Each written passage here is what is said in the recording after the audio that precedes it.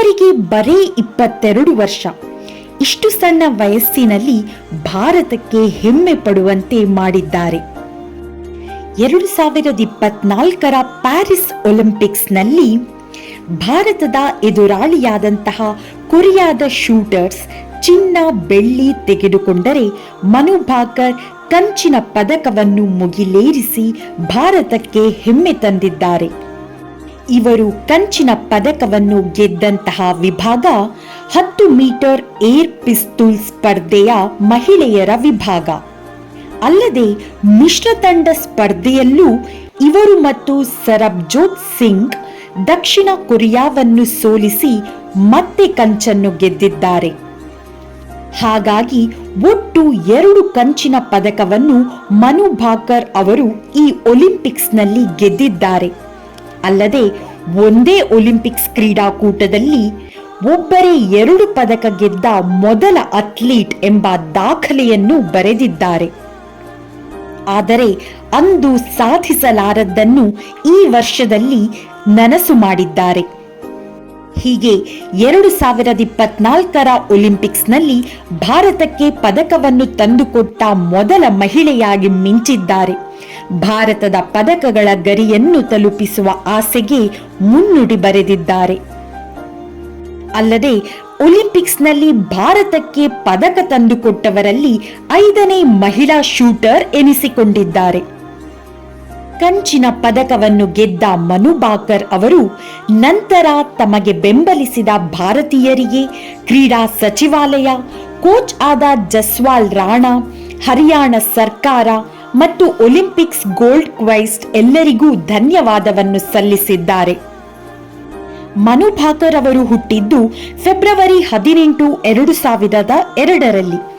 ತಂದೆ ರಾಮ್ ಕಿಶನ್ ಭಾಕರ್ ಮರ್ಚೆಂಟ್ ನೇವಿಯಲ್ಲಿ ಮುಖ್ಯ ಇಂಜಿನಿಯರ್ ಆಗಿ ಕೆಲಸ ಮಾಡುತ್ತಾರೆ. ಹರಿಯಾಣ ಮೂಲದವರಾದ ಮನು ಭಾಕರ್ ಅವರು 14ನೇ ವಯಸ್ಸಿನಲ್ಲಿ ಶೂಟಿಂಗ್ ಶುರು ಮಾಡುತ್ತಾರೆ. ರಾಷ್ಟ್ರೀಯ ಶೂಟಿಂಗ್ನಲ್ಲಿ ಬೆಸ್ಟ್ ಶೂಟರ್ ಎಂದೂ ಕರೆಸಿಕೊಳ್ಳುತ್ತಾರೆ. ಆದರೆ ಈ ನಡುವೆ ಉನ್ನತ ಶಿಕ್ಷಣಕ್ಕಾಗಿ ವಿದೇಶಕ್ಕೆ ತೆರಳಿದ್ದರಿಂದ ಸ್ವಲ್ಪ ಸಮಯ ಶೂಟಿಂಗ್ನಿಂದ ಹೊರಗಿದ್ದರು. ನಂತರ ಅವರ ಕೋಚ್ ಜಸ್ವಾಲ್ ರಾಣಾ ಮನವಿ ಮೇರೆಗೆ ಮತ್ತೆ ಕ್ರೀಡಾಕೂಟದಲ್ಲಿ ಧುಮುಕುತ್ತಾರೆ. ಕ್ರೀಡೆಯಷ್ಟೇ ಅಲ್ಲದೆ ಇವರು ಪಿಟೀಲು ಬಾರಿಸುವುದನ್ನೂ ಕಲಿತಿದ್ದಾರೆ. ಅಂತಾರಾಷ್ಟ್ರೀಯ ಶೂಟಿಂಗ್ ಸಂಸ್ಥೆ ಆಯೋಜನೆಯ ಶೂಟಿಂಗ್ ವಿಶ್ವಕಪ್ನಲ್ಲಿ ಚಿನ್ನ ಗೆದ್ದ ಅತ್ಯಂತ ಕಿರಿಯ ವಯಸ್ಸಿನ ಶೂಟರ್ ಎಂಬ ವಿಶ್ವ ದಾಖಲೆಯನ್ನು ಬರೆದಿದ್ದರು. 2016ರ ರಿಯೋ ಒಲಿಂಪಿಕ್ಸ್ ಮುಗಿದ ನಂತರ ಮನು ಭಾಕರ್ ಅವರು ಅನಿರೀಕ್ಷಿತವಾಗಿ ಒಂದು ನಿರ್ಧಾರವನ್ನು ತೆಗೆದುಕೊಳ್ಳುತ್ತಾರೆ.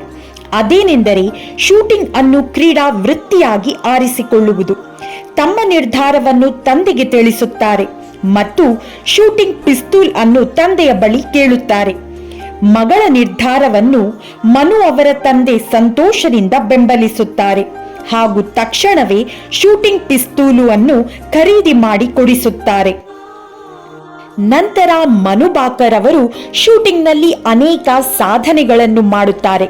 ಅವೇನೆಂದರೆ ISSF ಶೂಟಿಂಗ್ ವಿಶ್ವಕಪ್ನಲ್ಲಿ 9 ಚಿನ್ನದ ಪದಕ, 2 ಬೆಳ್ಳಿ ಮತ್ತು 2 ಕಂಚು, ಏಷ್ಯನ್ ಶೂಟಿಂಗ್ ಚಾಂಪಿಯನ್ಶಿಪ್ನಲ್ಲಿ 2 ಚಿನ್ನ, 2018ರ ಕಾಮನ್ವೆಲ್ತ್ ಚಾಂಪಿಯನ್ಶಿಪ್ನಲ್ಲಿ 1 ಚಿನ್ನ, 2018ರ ಯೂತ್ ಒಲಿಂಪಿಕ್ಸ್ನಲ್ಲಿ ಗೋಲ್ಡ್ ಮೆಡಲ್, 2022ರ ಏಷ್ಯನ್ ಗೇಮ್ಸ್ ಗೋಲ್ಡ್ ಮೆಡಲ್ ಮತ್ತು 2023ರ ವಿಶ್ವ ಚಾಂಪಿಯನ್ಶಿಪ್ನಲ್ಲಿ ಚಿನ್ನದ ಪದಕ. ಈಗ ಒಲಿಂಪಿಕ್ಸ್ನ ಸಾಧನೆಯ ನಂತರ ಮನು ಭಾಕರ್ ಅವರ ನಿವ್ವಳ ಮೌಲ್ಯ, ಪಂದ್ಯಾವಳಿಗಳಿಂದ ಬಂದ ಹಣ, ಬಹುಮಾನದ ಹಣ ಮತ್ತು ಪ್ರಾಯೋಜಕತ್ವ ಸೇರಿ ಒಟ್ಟು 12 ಕೋಟಿ ರೂಪಾಯಿಗೂ ಹೆಚ್ಚಾಗಿದೆ. ಈಗ ಇನ್ಸ್ಟಾಗ್ರಾಂನಲ್ಲೂ ಫಾಲೋವರ್ಸ್ ಜಾಸ್ತಿ ಆಗಿದ್ದಾರೆ. ಇವರ ಕ್ರೇಜ್ ದೇಶಾದ್ಯಂತ ಹಬ್ಬುತ್ತಲೇ ಇದೆ. ಇವರು ಮುಂದಿನ ವರ್ಷದಲ್ಲಿ ಇನ್ನಷ್ಟು ಸಾಧನೆಗಳನ್ನು ಮಾಡಿ ಭಾರತದ ಕೀರ್ತಿ ಪತಾಕೆಯನ್ನು ಹಾರಿಸುತ್ತಿರಲಿ ಎಂದು ಹಾರೈಸುತ್ತೇನೆ. ಈ ವಿಡಿಯೋ ನಿಮಗೆ ಇಷ್ಟವಾಗಿದ್ದಲ್ಲಿ ನಿಮ್ಮ ಅನಿಸಿಕೆಗಳನ್ನು ಕಮೆಂಟ್ ಮೂಲಕ ತಿಳಿಸಿ. ಚಾನೆಲ್ ಸಬ್ಸ್ಕ್ರೈಬ್ ಮಾಡಿಕೊಳ್ಳಿ. ಧನ್ಯವಾದಗಳು.